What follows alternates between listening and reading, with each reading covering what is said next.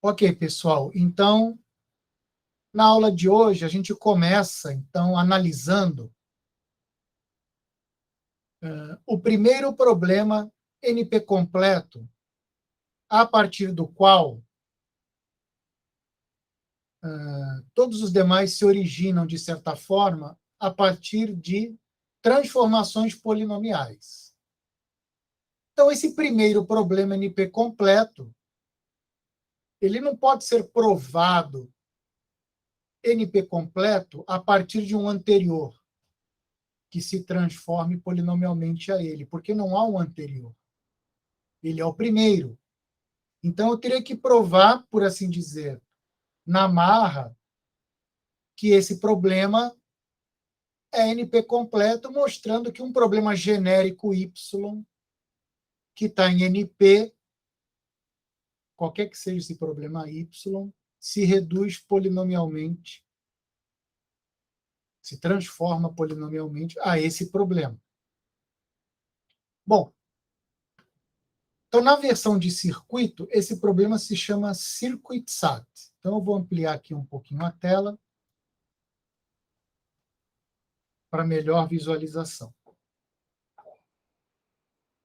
Então, na entrada desse problema, nós temos um circuito, que é um grafo direcionado especial, porque ele é acíclico, ou seja, não tem ciclos direcionados. Tá? As fontes desse digrafo acíclico são rotuladas por 0 ou 1, são as entradas fixas, ou com o nome de uma variável de entrada. A saída do circuito é um sumidouro, que é um vértice que só recebe arestas, mas tem grau de saída 0. Eu vou mostrar um exemplo. E os outros vértices, que não são fontes nem sumidouros, eles são vértices de operações lógicas, e ou negação. Aí a minha pergunta é saber se eu posso atribuir valores booleanos na entrada do circuito, nas variáveis da entrada, de modo que lá na saída, no sumidouro, eu vou ter um valor 1. Então, vamos dar uma olhada num circuito. Então, aqui eu tenho um circuito reproduzido a partir de uma fórmula. Então, aqui eu tenho uma fórmula booleana, tá? Que está na forma normal, conjuntiva, ou seja, ela é uma conjunção de disjunções. Então, cada cláusula, que é o que está entre parênteses, tá? É uma disjunção de variáveis, de literais aqui. O ou é chamado disjunção, e o e é chamado conjunção. Ok? Então, para essa fórmula aqui ser verdadeira, essa cláusula tem que ser verdadeira, essa cláusula tem que ser verdadeira, todas as cláusulas têm que ser verdadeiras, porque elas estão ligadas por conectivos e, para que a fórmula como um todo seja verdadeira. Então, cada cláusula tem que ser verdadeira. Mas se você olhar agora com uma lupa dentro de cada cláusula, ela tem que ser verdadeira. Então, basta que um literal seja verdadeiro. Ou o x1 tem que ser verdadeiro, ou o x2 barra, a negação de x2 tem que ser verdadeiro, ou os x3 tem que ser verdadeiro. Pelo menos um dos três tem que ser verdadeiro. Tá? E o mesmo para as outras cláusulas. Ok? Então, aqui eu mostrei que se o x1 for verdadeiro, desenho ele aqui em verde, e o x2 for verdadeiro, eu satisfaço a primeira cláusula, porque se vai ficar com verdadeiro, o valor desses dois não me interessa. Porque verdadeiro ou quaisquer outras coisas aqui, vai dar verdadeiro. Mesma coisa para a segunda cláusula. E mesma coisa para a terceira cláusula, só que agora com x2. Então, basta que x1 e x2 sejam verdadeiros para que a fórmula toda seja verdadeira. Tá? Os valores de x3 e x4 podem ser quaisquer. E aqui embaixo eu tenho a versão circuito dessa fórmula de cima. Então, eu vou ter fontes, que estão aqui em cima, e o sumidouro, que está aqui embaixo, que é a saída do circuito. Tá? Por que esse nó é fonte? Porque dele apenas partem arestas. Estão vendo aqui? Todos esses nós são fontes. Os nós intermediários são os conectores, conectivos. Né? Então, vamos analisar. A minha negação eu vou representar por um tio. Então, eu entro aqui com o valor de x2. Se o valor de x2 for verdadeiro, aqui vai entrar 1. Então, esse 1 vai andar por esse fio aqui, por esse arco orientado, e vai chegar aqui nesse ou. E esse 1 vai andar também por esse fio e vai chegar no circuito da negação. Então, aqui ele entrou 1, ele sai 0. Entenderam como funciona? Toda vez que entra um valor aqui por um nó negação, ele sai invertido do outro lado. Se entrar verdadeiro, eu nego, sai falso.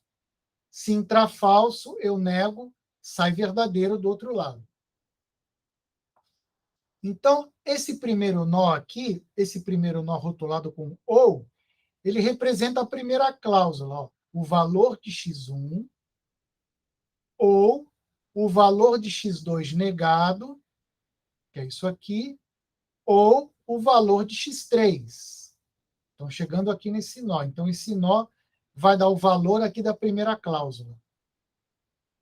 O segundo nó é o valor da segunda cláusula. Vai entrar o x1, a negação do x3, porque aqui entre o x3 ele é negado e vai entrar aqui. E a negação do x4.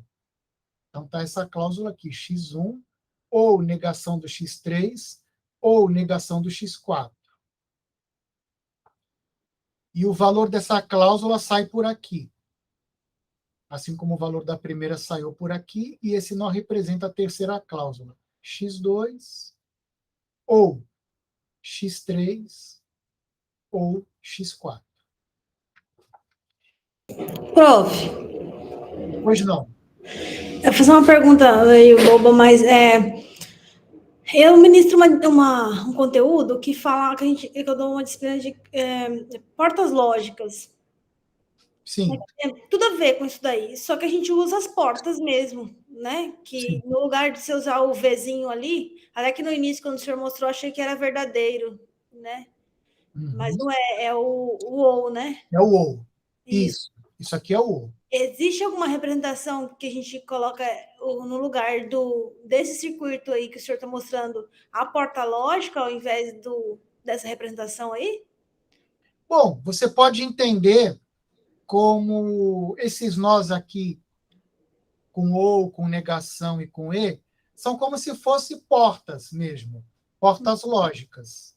Você pode interpretar dessa forma, porque ele recebe uma série de valores na entrada, aqui tem um circuito lógico, e aqui tem a saída. Uhum. Então, Mas são portas lógicas ou, not e and. Or, not e and. Tá? na cobrança da prova, o senhor vai cobrar, isso vai sair cobrança de prova em algum lugar desse formato aí? A gente pode usar esse formato aqui de circuito. Ele está difícil de entender ou está tranquilo? Não, tá tranquilo. É só que você tem que mudar o que está na minha cabeça, né? Meu paradigma. Uhum. Mas ele é similar, né? Tá, beleza. Tá bom. Para completar o circuito, eu vou pegar o valor das três cláusulas. Ok? e vou fazer um E de todo mundo aqui, ó. Esse valor e esse valor e esse valor. E aqui vai sair o valor do circuito, tá bom? Então, a pergunta do Circuit Sat é essa: existe uma sequência de valores 0 e 1 aqui na entrada que torna a saída aqui verdadeira? Eu quero que aqui saia 1. Tá?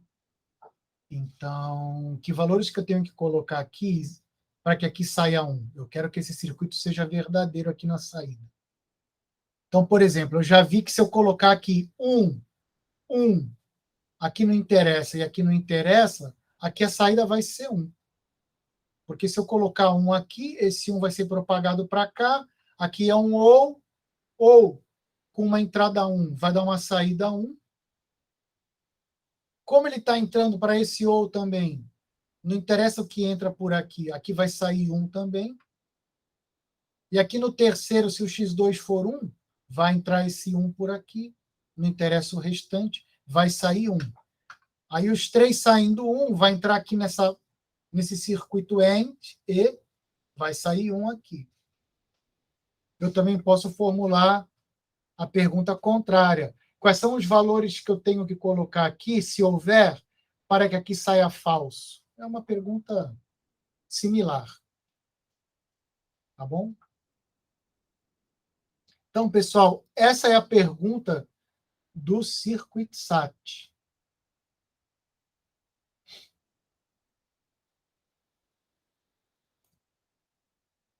Dado um circuito na entrada, existe uma atribuição de valores às variáveis de entrada, que são aquelas fontes, que forcem a saída do circuito ter valor 1?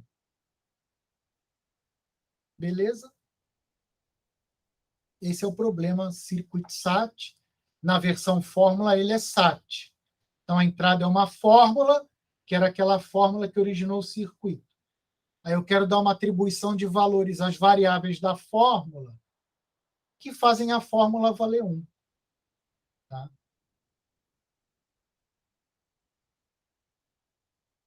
Muito bem. E aí,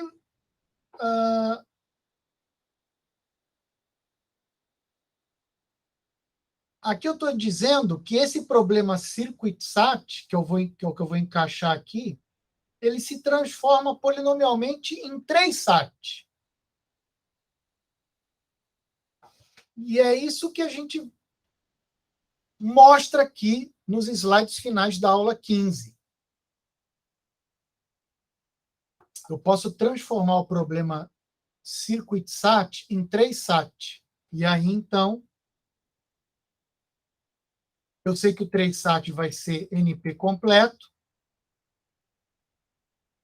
Então, essa transformação vai mostrar que o IS é NP completo. Aí, essa transformação vai mostrar que o vertex cover é NP completo. E aí, essa transformação vai mostrar que o set cover é NP completo. Então, ficou faltando essa transformação aqui. Tá? Aqui tem um esquema da transformação. Como é que eu transformo esse circuito numa fórmula onde cada cláusula tem 3 variáveis, ou até 3 variáveis? Tá? Então, aqui tem o esqueminha. Para cada nó daquele grafo, então eu tenho os vértices daquele circuito, né? Tinha vários vértices ali. Eu vou ter uma variávelzinha. Né? E uma variável xv associada ao vértice v. Então, para cada nó, eu vou ter uma variável lógica associada. E aí, o que eu faço?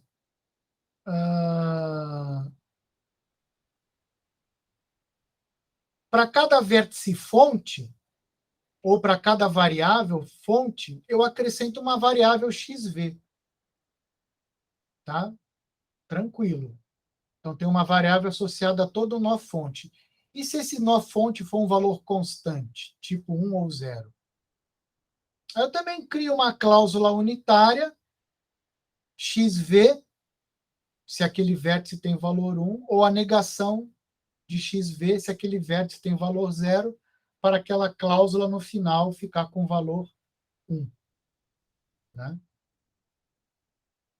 Tranquilo? Também a minha saída vai ter uma cláusula unitária xv, e ali no meio é que eu tenho uns detalhes mais técnicos, que depois vocês têm que dar uma olhadinha. Eu vou mostrar um desses detalhes, tá? Por exemplo, para negação, e os outros dois, depois vocês dão uma pensadinha para ver que realmente funciona. Então, o que eu estou querendo? Transformar o circuito numa fórmula. Naquele slide... Opa, desculpa. Naquele slide, eu transformei uma fórmula em circuito. Mas agora, eu quero transformar o circuito na fórmula, onde cada cláusula tenha 3 variáveis. Tá? Quero transformar o circuito na fórmula. Então, isso aqui é a minha receita de bolo para transformar o circuito na cláusula.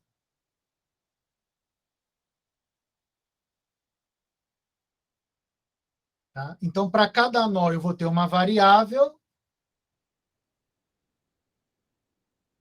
Desculpa, eu falei transformar o circuito na cláusula. Não é transformar o circuito na cláusula. É transformar o circuito na fórmula. Então, naquele slide, eu tinha a fórmula e construí o circuito. Só que agora eu quero reduzir o problema circuit sat para 3 sat. Então, eu tenho que transformar a entrada do π1, que é um circuito, numa entrada do π2, que é uma fórmula com 3 literais em cada cláusula.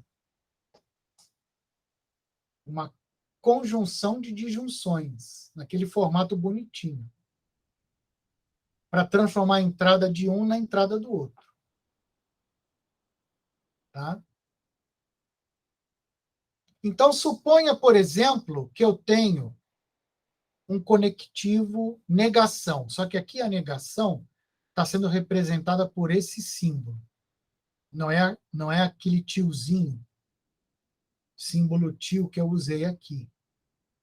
Porém, é o símbolo, é um outro símbolo que se pode usar para negação, que é esse símbolo aqui de negação. Tá? Então, eu tenho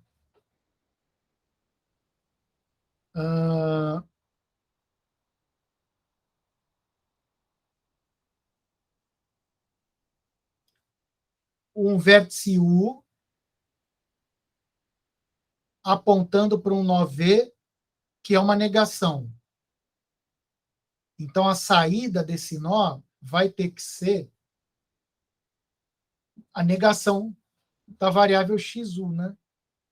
Eu vou ter uma variável aqui, XU, para o nó U, e uma variável XV para esse nó da negação. Então, eu vou querer que XV seja o contrário de XU, não é? Então, aqui, por exemplo, eu tenho uma negação. Aqui eu tenho um nó. Então, esse nó, digamos que esse nó chama esse nó V. Então, eu vou ter uma variável XV associada a esse nó. E aqui, se esse aqui é o nó U, eu vou ter uma variável XU. Só que, como esse nó é negação, o XU tem que ser o oposto booleano de XV. Então, o XV tem que ser o oposto booleano de XU, que é isso aqui que está escrito aqui. Ó, XV é a negação de XU. Ou seja, se o XU for 1, negar o 1 dá 0, o XV vale 0. E se o XU for 0, negar o 0 dá 1, o XV é 1. Tem que ser o oposto. Então, que cláusulas que eu coloco na minha fórmula para que isso aconteça? Eu coloco essas duas cláusulas aqui na minha fórmula para cada aresta direcionada de um certo nó para uma negação. de um certo nó para uma negação. Então, eu vou criar duas cláusulas associadas a essa aresta aqui. Como é que eu faço isso? Eu faço XV ou XU, e a outra cláusula, negar XV ou negação de XU. Então, vamos ver se realmente o XV vai ficar ao contrário do XU. Vamos fazer um teste, pessoal. Vamos lá. Suponha que o XU, que é a entrada aqui, é verdadeiro. Então, aqui o XU é verdadeiro. Então, nessa cláusula aqui, ela já está satisfeita. Se esse aqui é verdadeiro, aqui é ou, essa cláusula está ok.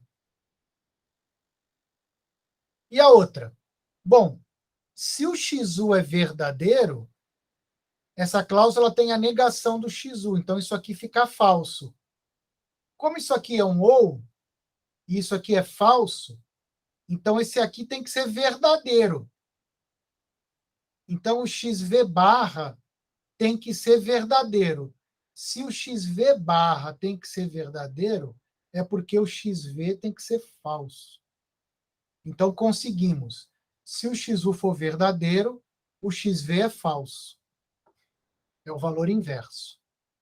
Recapitulando. XU verdadeiro, essa cláusula está satisfeita, vamos para a seguinte, mas aqui, XU verdadeiro, XU barra falso, essa ainda não está satisfeita, porque aqui é ou, então aqui tem que ser verdadeiro, então XV barra tem que ser verdadeiro, então XV tem que ser falso, então o XV é o contrário do XU. Ok. Então, agora o caso 2. E se o XU for falso? Bom, aí fica mais fácil. Se o XU for falso, como aqui é ou, aqui tem que ser verdadeiro. Então, pronto, o XV ficou verdadeiro. Quando o XU é falso, o XV tem que ser verdadeiro, porque eu tenho que satisfazer as cláusulas. Então, o XV fica com o valor oposto. E a outra cláusula? Tranquilo. Se o XU é falso, o XU barra aqui é verdadeiro. Então, essa cláusula ficou satisfeita também. Então, tranquilo, né, pessoal? Eu vou voltar aqui.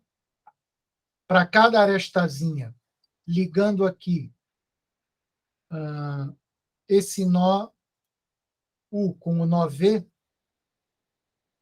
ligando esse U com esse V, eu crio duas variáveis, XU e XV, e acrescento lá em cima na minha fórmula essas duas cláusulas aqui. Uma das duas seria, não, professor? Não, as duas. Você acrescenta as duas. Acrescenta as duas, porque do jeito que foi feito aqui, ambas vão ser verdadeiras, em qualquer caso. Tá? E além de ambas serem verdadeiras, eu vou estar assegurando que a variável XV vai ser o contrário da variável XU, o contrário lógico. Tá bom? Mas aí, entre elas, seria essa vírgula ou seria uma conjunção? Na verdade, é uma conjunção. Ah, tá. Você tem razão. Se você olhar aqui, você tem toda a razão. Eu vou acrescentar conjunções. Mas aqui, eu apenas estou querendo dizer que no conjunto de cláusulas, eu vou acrescentar essas duas. Depois eu vou pegar todas essas cláusulas e vou botar conjunção em tudo. Então, provavelmente vai ter mais cláusulas do que tem ali no circuito SAT, né? Sim, exatamente. Ótima observação. Quando eu transformo daqui para cá, eu obtenho esse circuito. Quando eu volto, eu vou ter uma fórmula diferente dessa original. Então, essa transformação de circuito em fórmula não me volta exatamente para a fórmula de cima. Volta para uma fórmula diferente, mas vai ser uma fórmula equivalente. Só que escrita de outro jeito. Entenderam? porque vai ser, para cada arestazinha, eu vou acrescentar as cláusulas que eu preciso.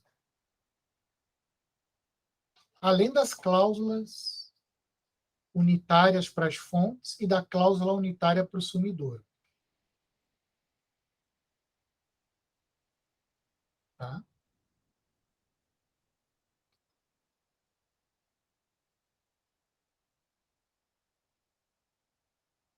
Tranquilo, pessoal?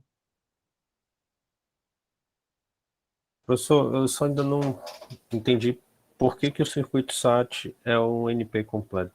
Pois é. Boa pergunta. Aí está sendo transformado, né, o circuito SAT em 3 SAT, né? Boa pergunta. Vamos responder. Ótima pergunta.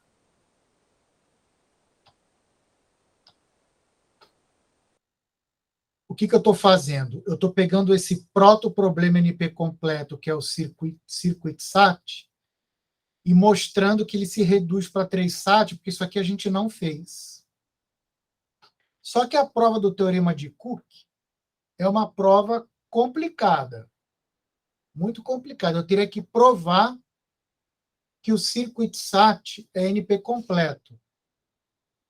Só que é uma prova bem longa e muito técnica, e usa máquina de Turing. Então, o que é uma máquina de Turing? Máquina de Turing é a formalização matemática do conceito de algoritmo. Tá? Então, uma máquina de Turing, na verdade, ela formaliza matematicamente o que é um algoritmo. Então, eu teria que mostrar, com esse modelo de computação, que é a máquina de Turing, que qualquer problema de NP, visto como um algoritmo, ou seja, visto como uma máquina de Turing, ele se transforma nesse circuit SAT. Tá? Então, eu vou pegar a máquina de Turing correspondente àquele problema, tá? Porque se o problema está em NP, ele tem um algoritmo que faz a verificação da solução sim em tempo polinomial. Então, eu vou explicar rapidamente como é que é a prova do teorema de Cook. Se um problema está em NP, que é esse Y aqui, então tem um algoritmo de tempo polinomial que verifica a solução sim, qualquer solução sim. Esse algoritmo, em termos matemáticos, é uma máquina de Turing que verifica as soluções do problema Y em tempo polinomial. Então, existe essa máquina de Turing. Então, a máquina de Turing vai ter uma cabeça de leitura e gravação, vai ter uma fita, ela vai percorrer essa fita, vai ir de um estado para o outro, à medida que ela vai lendo a fita, ela vai rodando o algoritmo, e esse programa você pode interpretá-lo como uma sequência de instruções de máquina, só que de máquina de Turing, né? E no final ela vai parar num estado yes, que é a resposta sim. Tá? Então ele vai verificar realmente que aquilo leva para uma resposta sim. Então eu vou pegar essa máquina de Turing, que é esse algoritmo verificador de soluções sim para o problema Y, e vou converter esse algoritmo numa entrada para circuit SAT, que vai preservar a resposta. Ou seja, quando o verificador de solução parar no estado final, o circuit SAT vai dar resposta verdadeiro. Caso contrário, o circuit SAT vai dar resposta falso. Então, o teorema de Cook faz isso. Ele mostra que qualquer problema em NP, visto como uma máquina de Turing, que verifica soluções para ele, soluções sim em tempo polinomial, se transforma num circuito. Então, eu tenho o que é o teorema de Cook, na verdade? O teorema de Cook mostra que verificar soluções, sim, é equivalente a você ter um circuito que dá a resposta 1. Então, qualquer problema de NP, esse verificador, tá, pode ser visto como um circuito. Tá? Em outras palavras, qualquer programa de computador visto como uma máquina de Turing, ela pode ter essa contrapartida de ser vista como um circuito funcionando. Tá? Então, ele fez essa demonstração para um problema genérico Y. Isso é o teorema de Cook. O teorema de Cook está nesse livro aqui, pessoal. Vou até mostrar o livro para vocês. Esse livro aqui, ó. Computadores, não sei se dá para ler o título aí, e intratabilidade. Um guia para a teoria do NP completo, da NP completude, de Gary e Johnson. Tá? Então, é esse livrinho aqui. Nesse livrinho tem a demonstração do teorema de Cook e um catálogo de problemas NP completos. Então, quem tiver interessado, eu posso digitalizar a demonstração do teorema de Cook e colocar ali para vocês darem uma olhada, para ver como é que funciona. Só que é uma demonstração muito longa, tomaria aí 3 aulas. Nesses cursos de ASA, Análise e Síntese de Algoritmos, a gente raramente não, nunca, né? A gente dá a demonstração do teorema de Cook. Ela é muito técnica. Mas dá para entender. Não é difícil entender.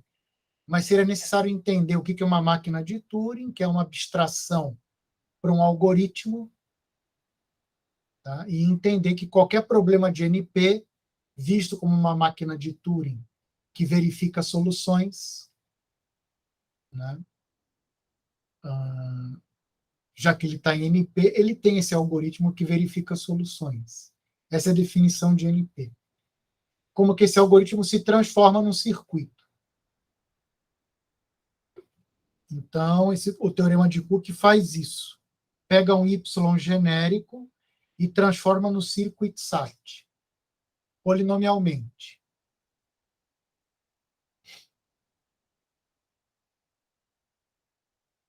E agora eu preciso mostrar que o circuit SAT se transforma polinomialmente no 3SAT para a gente ter todos os dominós caindo. Aí o 3SAT é NP completo, então isso vai implicar que o IS é NP completo, que vai implicar que o vertex cover é NP completo, que vai implicar que o set cover é NP completo, os dominós vão caindo.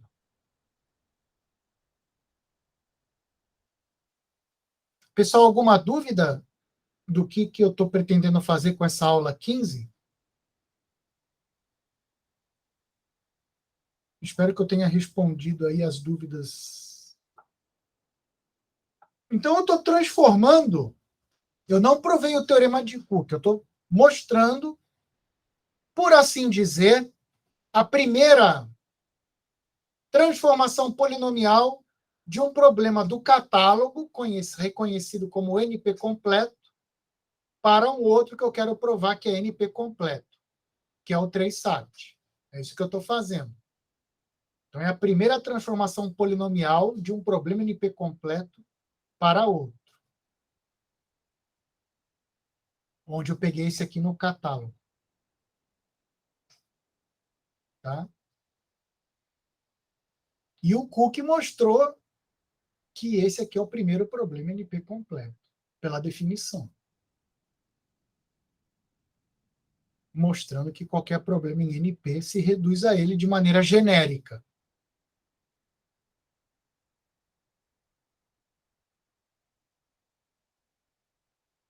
Essa questão aqui ficou clara? de um nó U mandando uma aresta para um nó V, que é uma negação, que a saída aqui vai sair invertida. Acho que ficou claro, né? Isso aqui. Se não ficou claro para alguém, eu posso explicar de novo.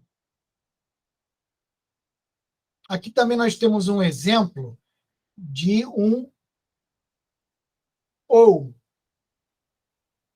O nó U manda aresta para o nó V e o nó W manda aresta para o nó V. Estou fazendo um caso de um nó com duas entradas, um OU com duas entradas. Aqui são as cláusulas que eu coloco. Para garantir que a saída do V, que é o XV, que é a variável associada ao V, vai ser o OU da variável associada ao U, que é o XU, e da variável associada ao W, que é o XW, que é isso aqui. Aqui eu tenho um OU, por exemplo. Vamos pegar esse OU aqui. Aqui eu tenho o X2 entrando e o X3 entrando. Vamos supor que o OU é só dessas duas variáveis aqui. Então, eu estou mostrando, esse aqui é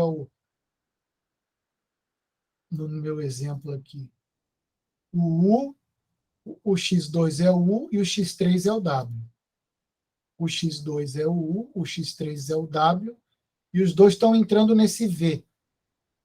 Então, a variável associada ao V, ela tem que ser o OU da variável associada ao U, que é a XU, e da variável associada ao W, que é o XW. Então, eu acrescento essas três cláusulas. Aí você tem que fazer todos os casos. Se o U for verdadeiro e o W for verdadeiro, tem que dar verdadeiro, né? Então, por exemplo, se o U for verdadeiro, isso aqui tudo já deu verdadeiro. Então, o XV realmente é verdadeiro. Olha para a primeira cláusula. Se o U for verdadeiro, então o XU é verdadeiro aqui. Então, a negação do XU é falso. Mas essa cláusula vai ficar com um falso e um OU. Então, isso vai forçar o XV a ir para verdadeiro, tá vendo? Então, se o XU for verdade, o XV vai ter que ser verdade. Mesma coisa o W. Se o XW for verdade, a cláusula toda vai ser verdadeira. Então, o XV vai ser verdade. Essa cláusula aqui garante. O XV vai ter que ser verdadeiro. E se os dois forem falsos? Se um dos dois for verdade, o XV é verdade por causa dessas duas cláusulas aqui. E se ambos forem falsos? Aí o XV tem que dar falso. Como é que a gente faz?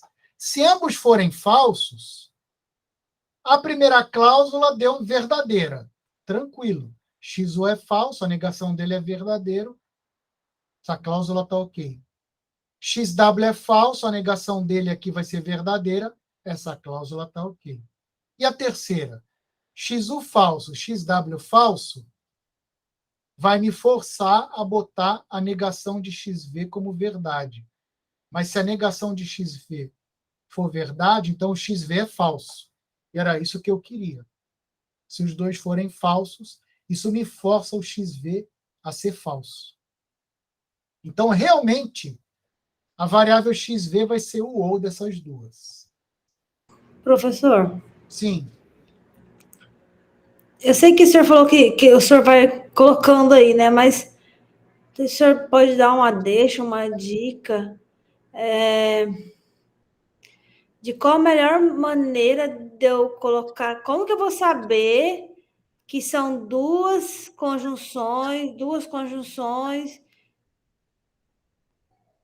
disjunções, depois conjunção, não sei. Eu não consigo olhar assim de cara e ver. Assim, você vai pegar o circuito, né? Uhum. Então, vamos fazer o seguinte. Vamos fazer o seguinte. Talvez essa dúvida seja de mais alguém. Então, eu vou fazer o seguinte. Vamos abrir o PowerPoint.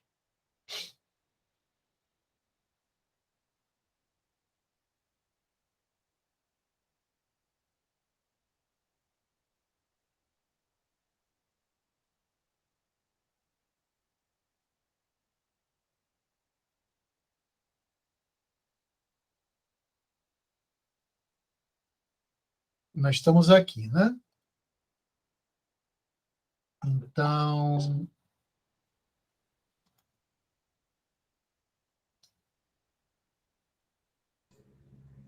Isso. só um instantinho. Deixa eu sair da outra aula aqui. Ninguém entrou aqui mesmo. Eu sempre abro a outra por se alguém se distrai, eu vou sair da outra.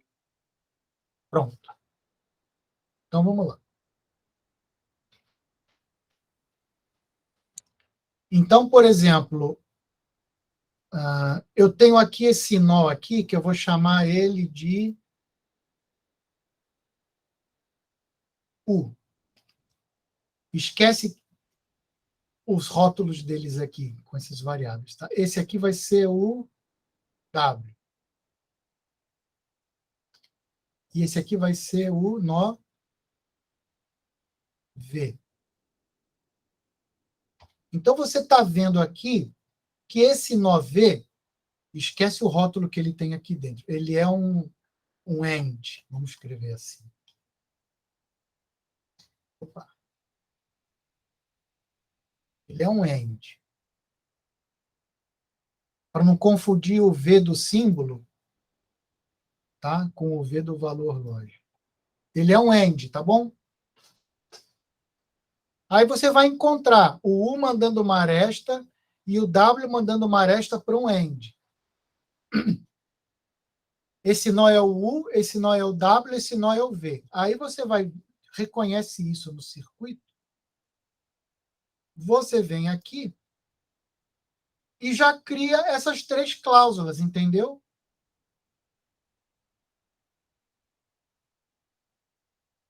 E se tiver mais? Por exemplo, esse aqui é um nó AND, mas tem ainda o X2, que é um nó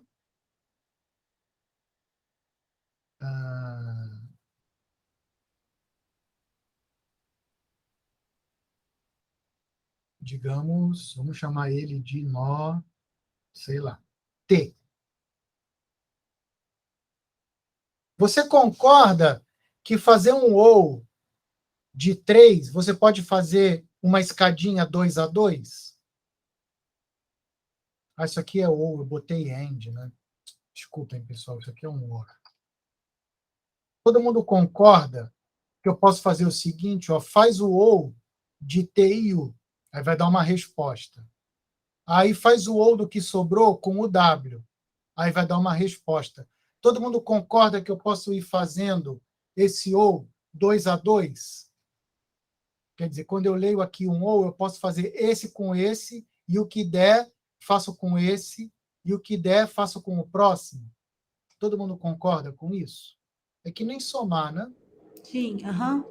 Então, eu posso pegar o meu circuito e eu posso supor, sem perda de generalidade, que toda porta aqui só tem 2 caras na entrada. Se eu quisesse fazer uma porta com vários caras na entrada, eu faria várias portinhas, pega os 2 primeiros, entra numa porta, aí o que der pega com o outro, faz uma outra porta ou, aí o que der pega com o outro, faz um outro ou, e assim vai. Então, sem prejuízo do circuito, eu posso supor que cada entrada, em cada nó aqui, só tem 2 entradas. Tá? Por isso que nesse slide aqui, a gente só coloca 2 nós entrando numa mesma porta ou. Você entendeu? Tá ok? Não sei se eu respondi sua dúvida. Tá, mais ou menos. Mas pode continuar. Acho que eu vou entendendo. Então, Isso quer dizer que para cada nó ou, eu vou acrescentar essas cláusulas aqui. São 3 nós envolvidos, né? Atenção. São 3 nós envolvidos. As 2 entradas, que são U e W, no caso, supondo que ele só tem 2 entradas, e o V, que é o rótulo do próprio nó. Tá? São 2 entradas U e W, e o V é o próprio nó. Então, eu acrescento essas 3 cláusulas lá em cima na minha fórmula.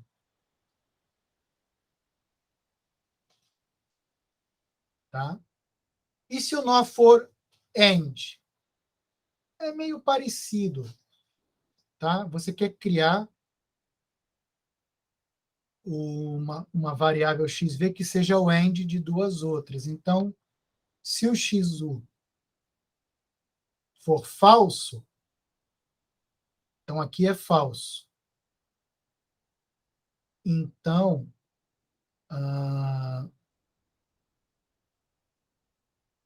o XV já é falso, né? Porque isso aqui é um AND. Então, se o XU é falso, o XV já é falso. Então, se o XU é falso, tá? E eu quero satisfazer essa fórmula, então XV barra tem que ser verdadeiro. Logo, XV tem que ser falso. Ou seja, a fórmula como está escrita aqui força o XV a ser falso quando o XU é falso, para simular o AND do circuito. O E, né? Mesma coisa se o XW for falso. Eu coloco essa cláusula para simular que isso vai forçar o XV a ser falso. XW é falso, essa cláusula tem que ser satisfeita, então XV barra tem que ser verdadeiro, então XV tem que ser falso. Força o XV aí para falso.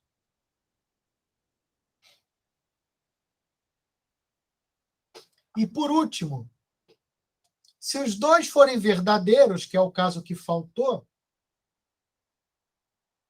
então, se os dois forem verdadeiros, olha o que acontece com essa terceira cláusula. XU verdadeiro, a negação é falsa. XW verdadeiro, a negação é falsa. Um ou de falsos não vai dar certo. Então, o XV vai ter que ir para verdade. Então, ótimo. Se ambos forem verdadeiros, força a terceira cláusula, vai forçar o XV a ser verdadeiro.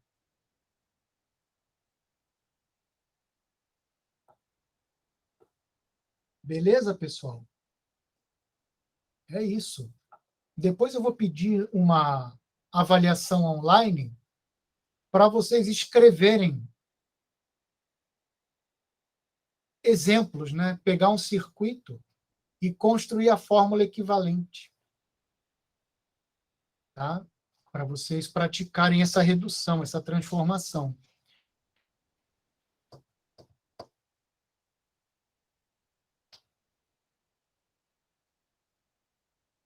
Agora tem um detalhe técnico. Às vezes, as pessoas chamam de 3SAT um problema em que as cláusulas têm no máximo 3 literais cada um. Outras pessoas chamam de 3SAT o problema em que as cláusulas têm exatamente tamanho 3. Então, aqui no caso, a interpretação é 3SAT, que todas as cláusulas têm tamanho exatamente 3. Então, aqui no Gary Johnson, o 3SAT, deixa eu dar uma olhadinha aqui.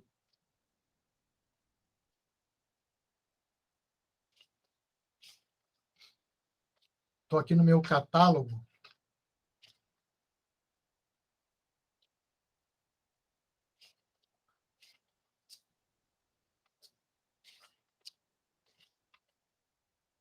Acho que eu vou demorar para achar, hein?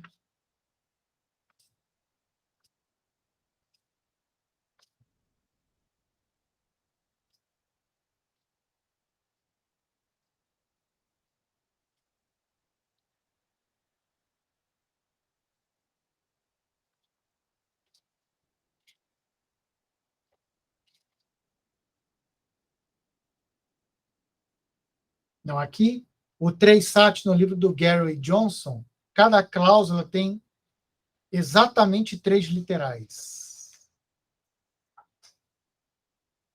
Aí você vai dizer assim para mim. Poxa, mas essa cláusula aqui ficou com 2. Eu quero transformar num problema em que todas as cláusulas têm 3 literais. Não pode ficar cláusula com 2 literais, com 1 literal, não vai dar certo. Aí depois dessa primeira fase, vem a segunda fase. Você tem que transformar cláusulas que ficaram com tamanho 1 e 2 em cláusulas de tamanho 3.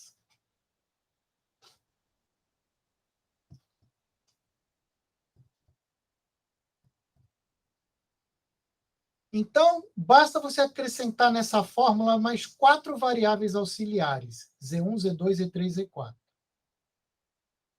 Aí você coloca essas cláusulas a mais aqui, que vai forçar o Z1 a ser falso e o Z2 a ser falso. Então, esse I pode valer 1 ou 2, está vendo? Então, suponha que o ZI aqui é o Z1. Então, veja que o Z1 ele é o primeiro literal, o Z1 barra é o primeiro literal de todas essas 4 cláusulas aqui. E aí eu tenho Z3, Z4, Z3 barra, Z4, Z3, Z4 barra, Z3 barra, Z4 barra. O que você conclui? Você conclui o seguinte. Um desses 4, esquecendo o primeiro literal, um desses 4 casos vai ter os 2 falsos. Né? Por exemplo, se o Z3 é verdadeiro e o Z4 é verdadeiro, na última cláusula aqui vamos ter 2 falsos. Ó. Se o Z3 é falso e o Z4 é falso, na primeira cláusula aqui nós vamos ter os 2 falsos. Se o Z3 é verdadeiro e o Z4 é falso, então negar o Z3 e botar o Z4, vou dar os 2 falsos aqui. Então, sempre uma dessas 4 cláusulas vai ter os 2 últimos como falsos. Pelo menos uma dessas 4. Isso vai forçar o Z1 barra a ser verdade nessa cláusula. Mas aí, se o Z1 barra é verdade, o Z1 é falso. Então, para essa fórmula aqui funcionar, só colocando o Z1 como falso. E aí, o Z1 sendo falso, todas as cláusulas estão satisfeitas aqui. Mesma coisa para o Z2. O Z2 vai ter que ser falso, mesmo raciocínio. E aí todas essas cláusulas vão estar satisfeitas. Mas aí, sendo os 2 falsos, se eu tiver uma cláusula exatamente com um literal, T, eu boto T ou Z1 ou Z2. Se ele for falso e esse aqui for falso, o valor da cláusula vai ser o valor do T. Se o T for true, a cláusula é true. Se o T for falso, a cláusula é falso. Ou seja, o Z1 e o Z2 não vão atrapalhar o valor de T.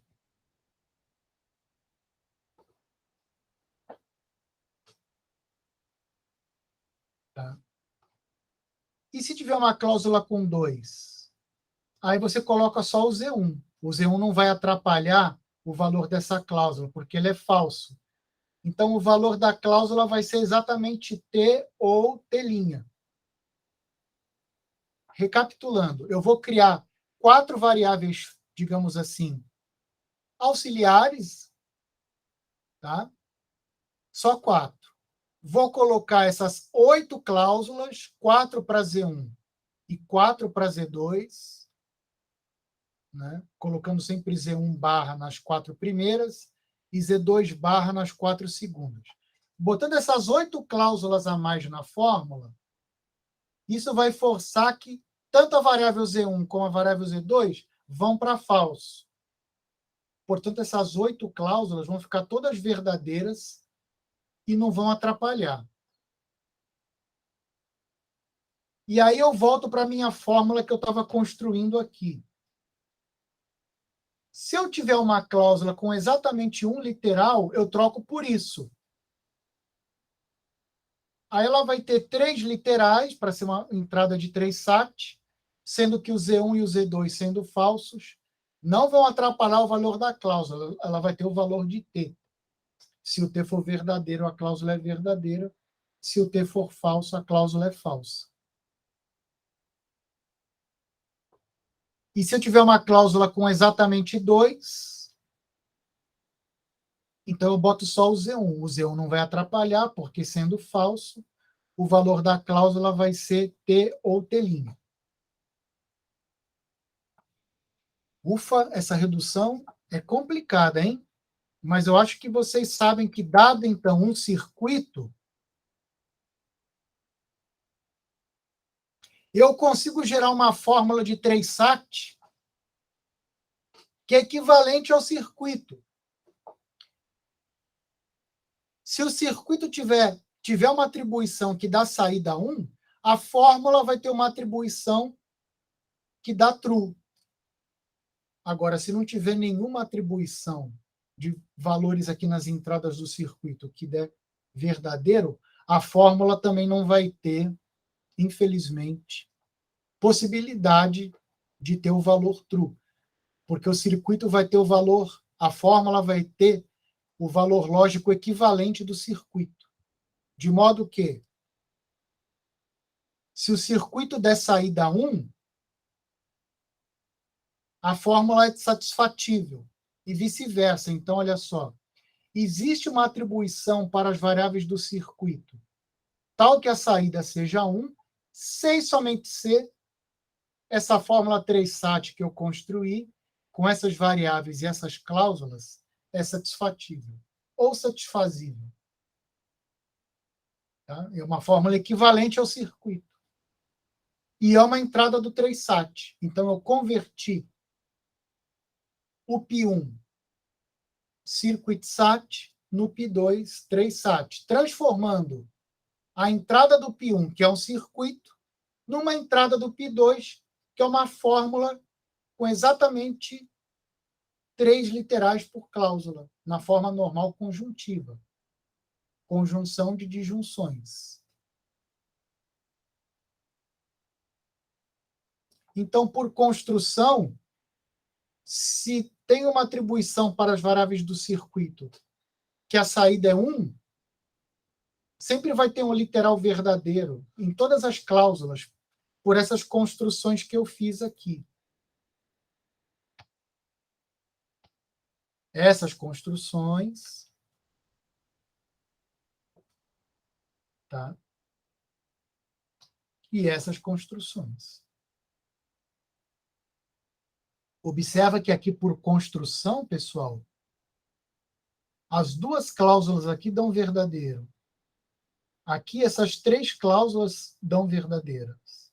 E aqui também dá tudo verdadeiro.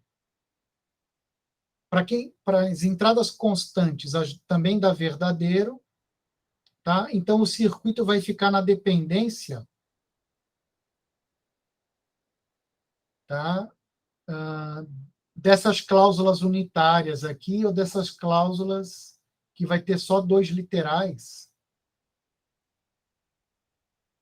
Então, quer dizer, as fórmulas que eu crio aqui são verdadeiras, mas o circuito, para saber se o 3SAT vai ser satisfatível, algumas coisas ainda vão ficar na dependência de dar certo lá no circuito. Tá bom? Então, por construção, se o circuito tem saída 1, essa fórmula 3SAT vai ser satisfatível. Tá? Porque aqui, para a saída V, eu adiciono uma cláusula unitária. Se esse circuito tiver saída 1, ótimo. Aqui, essa variável unitária vai ter saída 1. Então, essa cláusula unitária vai ser satisfatível, porque Z1 e Z2 são falsos, mas essa cláusula do 3sat vai ficar true também. Tá bom? É isso aí.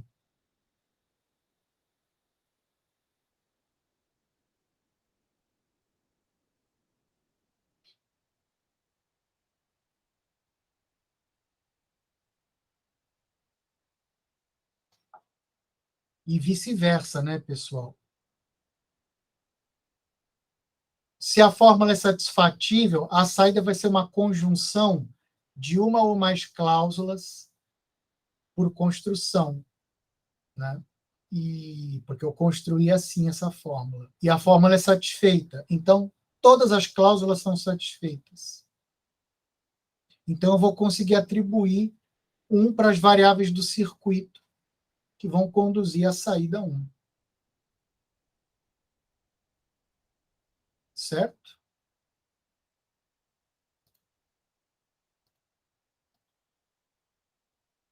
Então, é isso, pessoal. Vocês querem perguntar mais alguma coisa sobre essa transformação? Professor, Sim. não é querendo, não, mas que eu estava vendo aqui no cronograma que hoje estava marcado uma Avon. Hoje estava marcado uma Avon, É. então vamos adiar a marcação dessa Avon. Vamos dar Só que, tipo, eu estava pensando se o senhor ia ter alguma lista antes para a gente testar, para ver o que a gente tá sabendo, entendeu? Porque queria ver na prática o que eu consegui. Hoje é dia 27, vocês estão vendo o cronograma aí na tela? Aham, estamos vendo. No dia 27, hoje a gente teria uma Avon 3. Como é que o Luiz tem aplicado as Avons?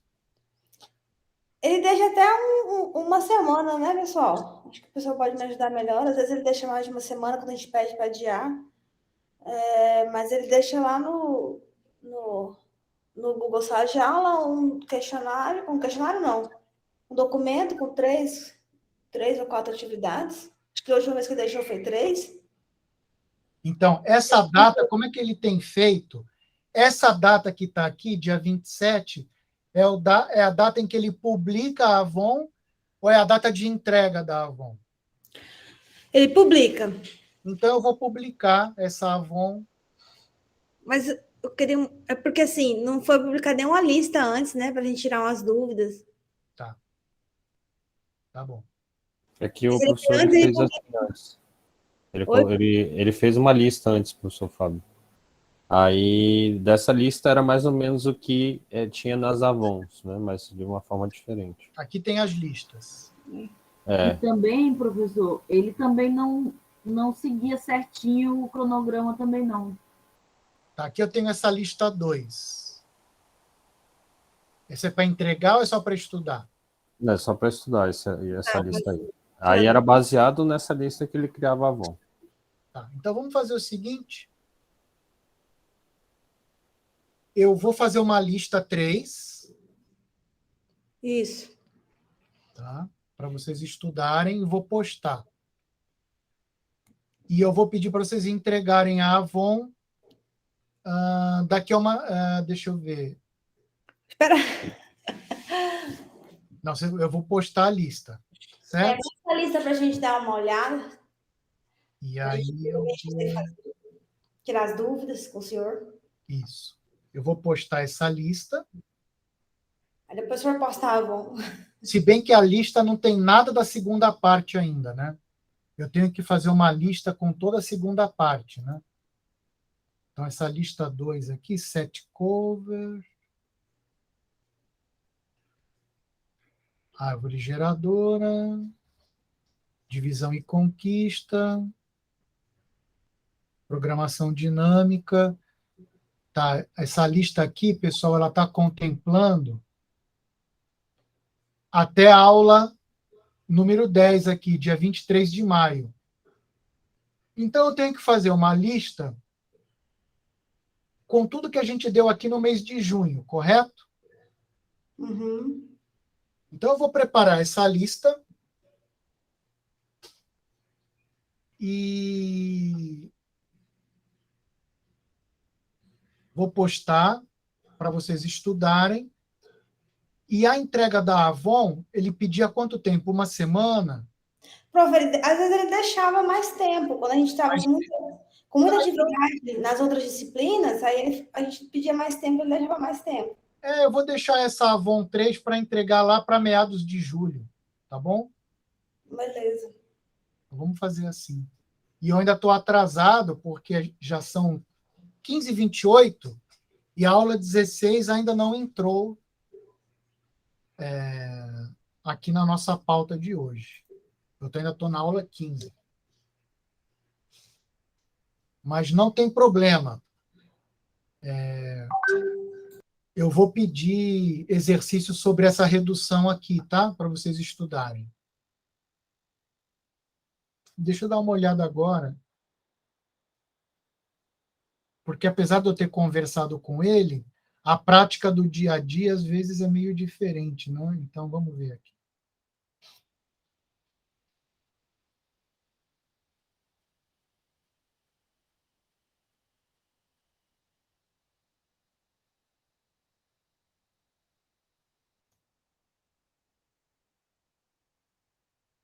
Vamos ver como é que está essa Avon 2 aqui.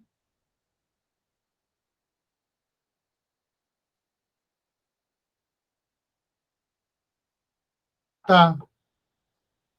Ela está mais ou menos, tem a ver com aquela lista 2, né? Então agora eu vou fazer uma lista 3 e uma Avion 3, tá bom? Certo? Ok. Ok, professor. Beleza. Tá.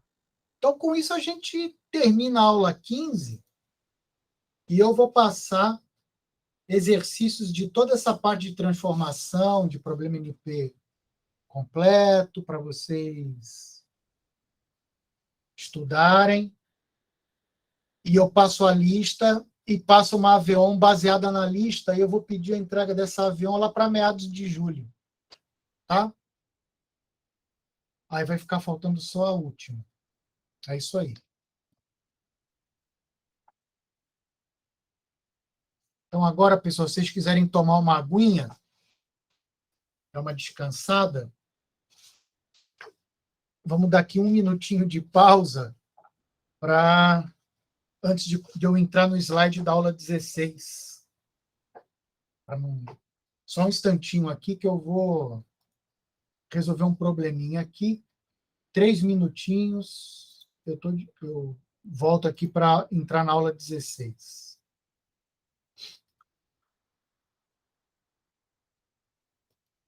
Só um instantinho.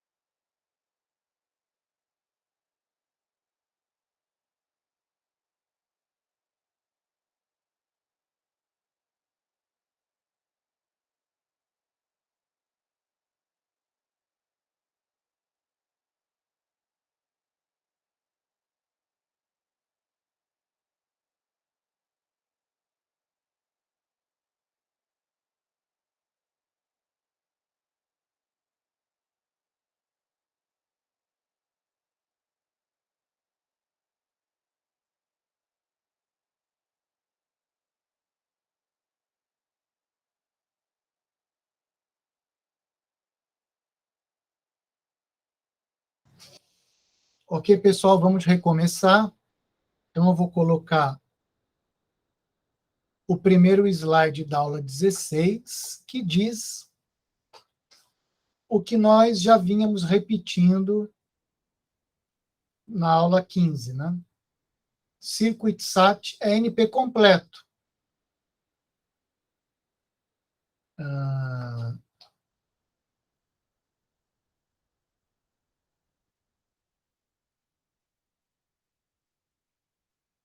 Então, o teorema de Cook consistiria, então, em fazer o seguinte. A gente primeiro precisa mostrar que circuit SAT está em NP. Como é que eu provo que um problema está em NP?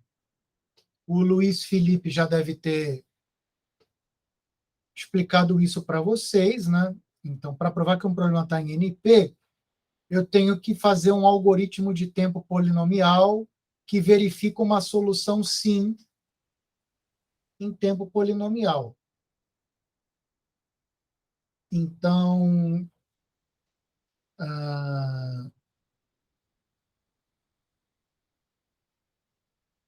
para isso eu mostro um certificado. Tá? Então, se o camarada falar para você que esse circuito tem saída 1, ele não pode só afirmar que o circuito tem saída 1, ele tem que dar um certificado. Qual é o certificado? É uma atribuição de valores para as variáveis nas fontes do circuito, tá? Tal que a saída dê 1, mas aí o seu algoritmo de verificação rapidamente vai olhar para o circuito, já que ele me deu os valores das variáveis, eu rapidamente calculo os valores dos ORs, ANDs e NOTs e vejo, né, que o fluxo de informação vai andando e até a saída dá 1. Eu faço isso muito rápido. Então, verificar que o circuito tem saída 1 para os valores de entrada, isso é muito rápido. Então, o problema está em NP. Você faz isso em tempo polinomial, a verificação de que aquele circuito produz valor 1 com aqueles valores de entrada ali. Então, a definição de NP é isso. É isso. Eu consigo verificar o certificado de que a resposta é sim em tempo polinomial. Então, a gente faz isso. Mas isso é fácil de fazer. Checar se o circuito produz 1 é fácil de fazer. Se eu te der os valores na entrada, é só você botar ali no fluxo de informação do circuito e ir calculando todos os gates ali do circuito até a saída. Isso é bem fácil de fazer. É feito em tempo polinomial. E depois eu precisaria mostrar que para todo problema de NP, que esse problema se reduz ao circuit SAT. Esse é o teorema de Cook. Aí a gente pode dar um exemplo de um problema qualquer, só para a gente ver um exemplo.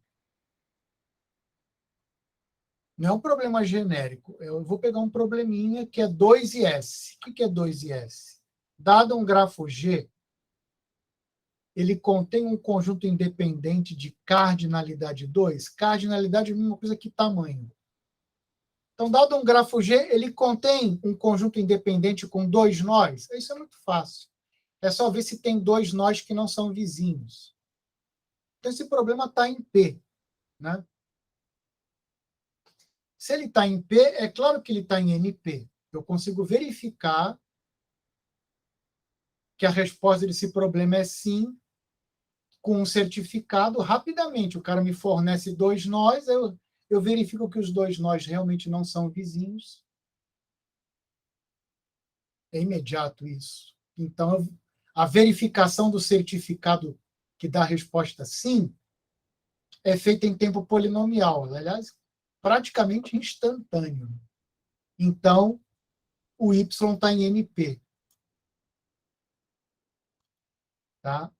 E agora eu vou mostrar a redução, a transformação desse problema no circuit SAT. Qual que é a entrada do 2IS? É um grafo. E a questão é saber se esse grafo tem um conjunto independente de tamanho 2. Então, eu pego uma entrada genérica desse problema e eu vou construir meu circuito aqui. Os circuitos são muito poderosos, né? Eu posso transformar vários problemas de computação rapidamente em circuitos. Outros já não é tão simples de ver que dá para transformar num circuito. Mas os circuitos são muito poderosos, né? Então, muitos problemas eu posso transformar quase que imediatamente em circuito. Vamos ver esse daqui. Eu tenho aqui um grafo que é a entrada para 2IS. Tá? Então, para cada par de vértices, eu vou criar um nó do circuito aqui. Isso aqui já é meu circuito, tá? Então, eu tenho o par UIV, crio o nó UV. Tenho o par UW, cria o nó UW. Tenho o par VW, cria o nó VW. Não interessa se os nós são vizinhos ou não. Você vai criar um nó no circuito para cada par de vértices. Então, isso vai me dar combinação de N 2 a 2. Tá? Combinação de N 2 a 2. Isso é análise combinatória, né? Eu vou pegar N elementos, que são os nós, e combinar 2 a 2. Vai me dar o número de nós nessa parte do circuito aqui.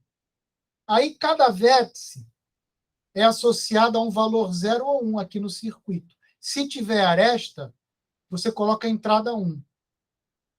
Se não tiver aresta, você coloca a entrada 0. Então, o V tem aresta, você coloca a entrada 1. O W não tem aresta, você coloca a entrada 0. E VW tem aresta, você coloca a entrada 1. Vai ter um outro lado do circuito que vai andar paralelo, tá? Que vão ser os nós do grafo aqui. Eu pego os nós do grafo e ponho esses nós aqui no circuito. Claro, aqui são nós no grafo. E aqui são representantes desses nós ou vértices aqui no circuito. E aí, cada par de vértices se associa a 2 vértices do grafo, né? Então, eu vou criar uma nova fonte para cada vértice. Tá? Aí eu relaciono todos os pares com o conectivo E. Então, vamos lá. Esse conectivo aqui, ele é o E do U e V. Esse nó aqui é U e W. Esse nó aqui do circuito é V e W. Então, eu vou fazendo isso. E boto um conectivo AND. Tá? Vou fazer isso desse lado aqui.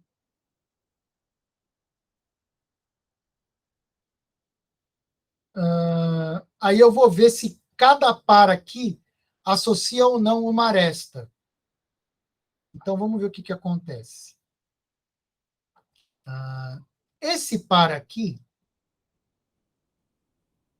U e V, eu vou pegar esse valor lógico e vou jogar do outro lado no correspondente. Esse aqui é o nó rotulado com UV, né? Então, eu vou pegar o resultado desse AND aqui e jogar nessa entrada com esse E também. Esse cara aqui é o AND de U e W. Então, eu vou jogar no correspondente desse lado, que tem essas duas entradas. O W aqui, com entrada 0, e esse AND de U e W aqui. Mesma coisa o VW. Então, esse nó aqui é um AND de V e W. Ele vai entrar aqui nesse AND, que vai pegar essa outra entrada aqui. Então, vocês estão vendo que cada nó aqui está associado a um nó daqui. Então, eu vou ligar os dois com o AND também. Vamos seguir. Eu quero saber se eu posso escolher pelo menos 2 vértices não vizinhos do lado direito. Esse é o objetivo do 2IS. Então, eu vou usar um OU. Então, eu vou fazer um OU de todos esses E's aqui. Só que eu vou fazendo por pares, tá? Primeiro eu pego esses 2 e faço um OU. Depois, o que der, eu pego com esse e faço um outro OU. E assim eu vou fazendo. Tá? Para não fazer um OU só de todos esses ends, eu vou pegando 2 a 2. Eu já expliquei isso antes. Vai ficar uma série de camadinhas. Tá? Aqui também, eu quero saber se é possível escolher pelo menos uma aresta. Então, eu vou fazer a mesma coisa desse lado, vou fazer OUs. E, finalmente, o que eu vou fazer? A ideia qual que é? Aqui desse lado direito, eu vou dar 1 para vértices que estão no mesmo conjunto independente. Vamos ver o que acontece? U e V não formam um conjunto independente. V e W também não. Mas U e W, sim. Então, isso aqui é um conjunto independente. Então, eu vou acender os vértices desse conjunto independente com 1. E quem não está no conjunto independente, 0. Tá? Aí, o que vai acontecer? Esses 2 nós estão no conjunto independente, né? Então, esse nó aqui vai acender 1, porque ele vai ser um E desses 2 caras que estão acesos com 1. Tá? Esse aqui deu 0, porque aqui é 1 e aqui é 0. Esse aqui deu 0, porque esse aqui é 1 e esse aqui é 0. Mas esse aqui deu 1, porque eu achei 2 caras que estão no mesmo conjunto independente. E aí, aquele OU de todos esses caras aqui vai acabar dando 1 aqui em cima, 2 a 2. 0 e 1 com OU dá 1, e aí com esse 0 com outro OU dá 1. É como se fosse um OU desses caras todos, vai dar 1 aqui. Então, isso aqui quer dizer o quê? Tem 2 nós não vizinhos.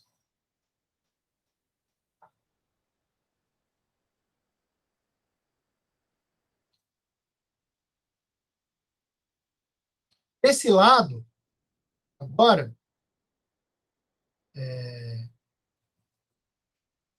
a aresta, uma não aresta é fixa com valor 0. Então, o que vai acontecer?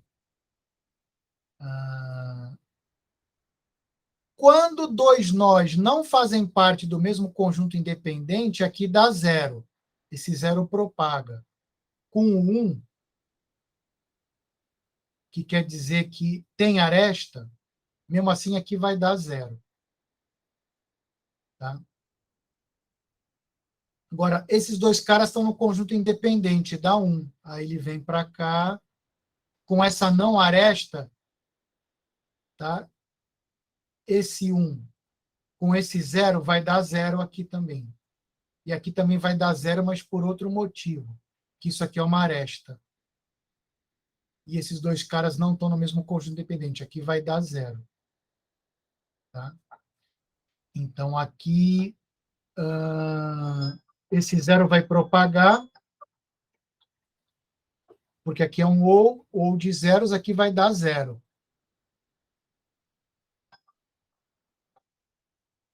Aí eu vou negar esse 0 para dar 1. Só um instantinho, pessoal, desculpa. Vou desligar o celular.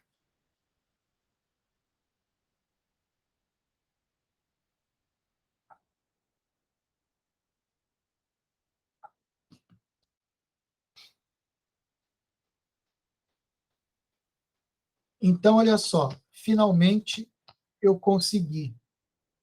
Aqui deu 1, aqui deu 1. Então, juntando esses 2 uns, deu 1. Ou seja, se eu tiver um conjunto independente de tamanho 2, ele vai acender aqui. Tá?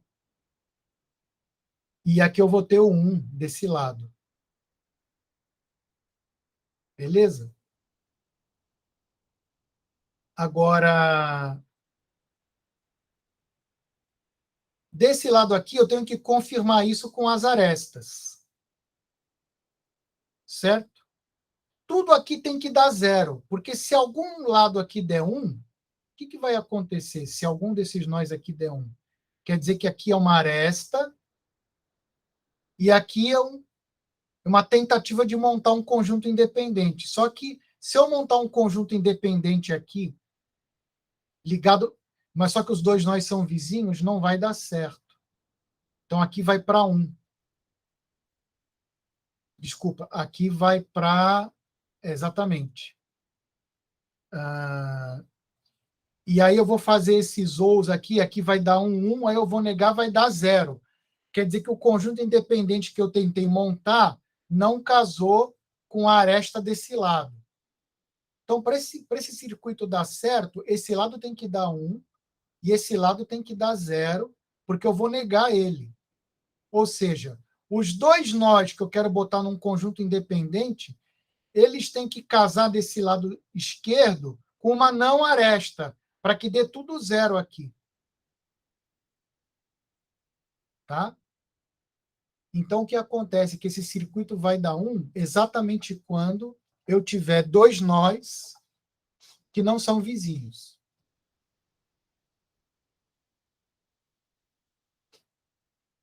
Quando é que esse circuito daria 0 aqui em cima? Se aqui todo mundo tiver ligado.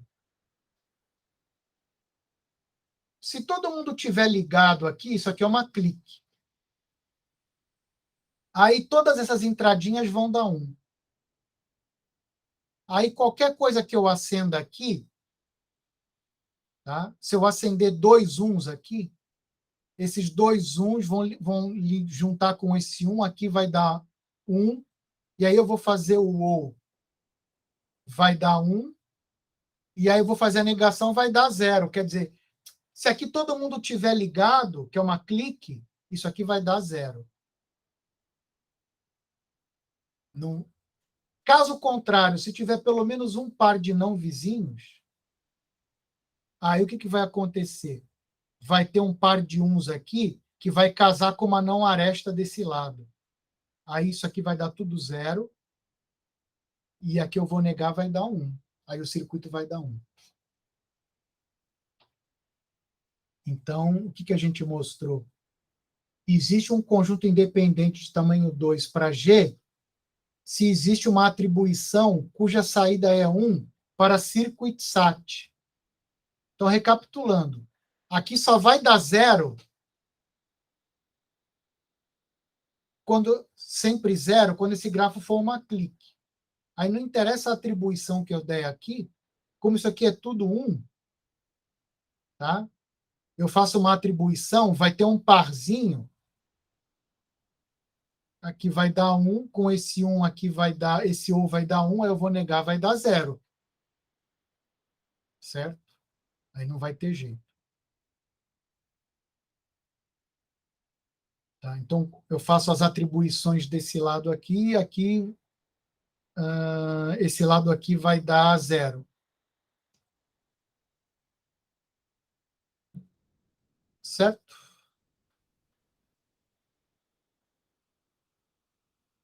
Lembra que isso aqui é um ou, né? Então, se algum aqui der 1, isso aqui vai dar 1, esse ou vai dar 1, e negando ele vai dar 0 aqui.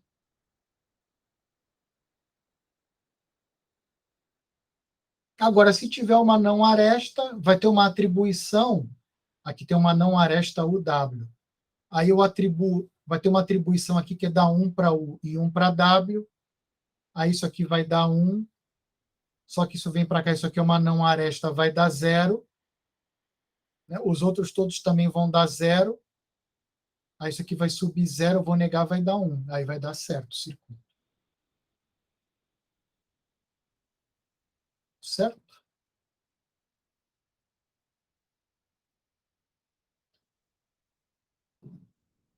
Então, para provar que esse C somente C, se tem um conjunto independente de tamanho 2, basta dar 1 para as variáveis que estão no independente, e as outras você dá valor 0. E aí vai ter uma atribuição que é 1. Por outro lado, se o circuito teve saída 1, que é isso aqui, né? O circuito deu saída 1, então, isso aqui é um E. Então, aqui deu 1 e aqui deu 1. Tá? Mas para isso aqui dar 1, né? Pelo menos um desses aqui tem que dar 1.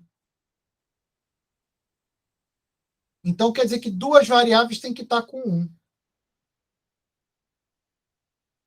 E essas duas variáveis estando com 1, elas não são vizinhas, então a aresta entre elas é 0, aqui vai dar 0 e todos os demais vão dar 0, e aí esse circuito vai dar 1. E aí, então, você vai achar aqui... desculpa, se o circuito aqui deu 1, isso aqui tem que dar 1, porque isso aqui é um E, isso aqui tem que dar 1, isso aqui tem que dar 1, então isso aqui tem que dar 0. Se isso aqui deu 0, é porque tudo aqui deu 0. E se tudo aqui deu 0, então você vai voltando, faz a engenharia reversa, né? É porque tem duas variáveis que deram 1, por causa que isso aqui deu 1, e por outro lado, essas duas variáveis que deram 1 juntaram com uma não aresta aqui que fez ir para 0.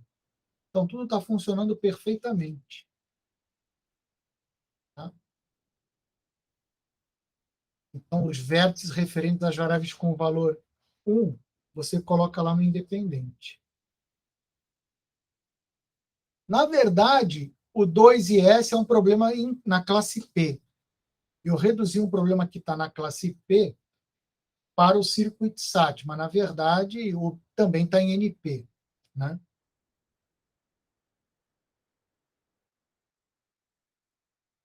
Antes de a gente... Bom, agora já temos 3 minutos para o término da aula.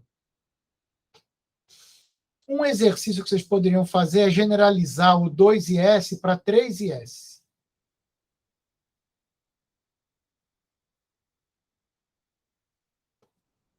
E aí tentar entender como é que eu generalizo isso para IS.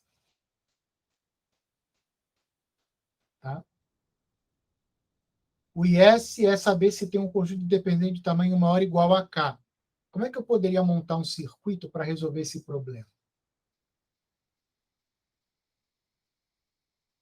Tá? Então, fica isso como exercício para vocês pensarem. Na aula que vem a gente continua desse ponto. Eu deveria ter terminado a aula 16, mas estou sempre um pouco atrasado. Né? Então, se eu for assim até o final da disciplina, eu vou chegar na última aula com atraso. Então, uma hora eu vou ter que colocar em dia, sincronizar a aula com o andamento da disciplina. Mas a gente chega lá.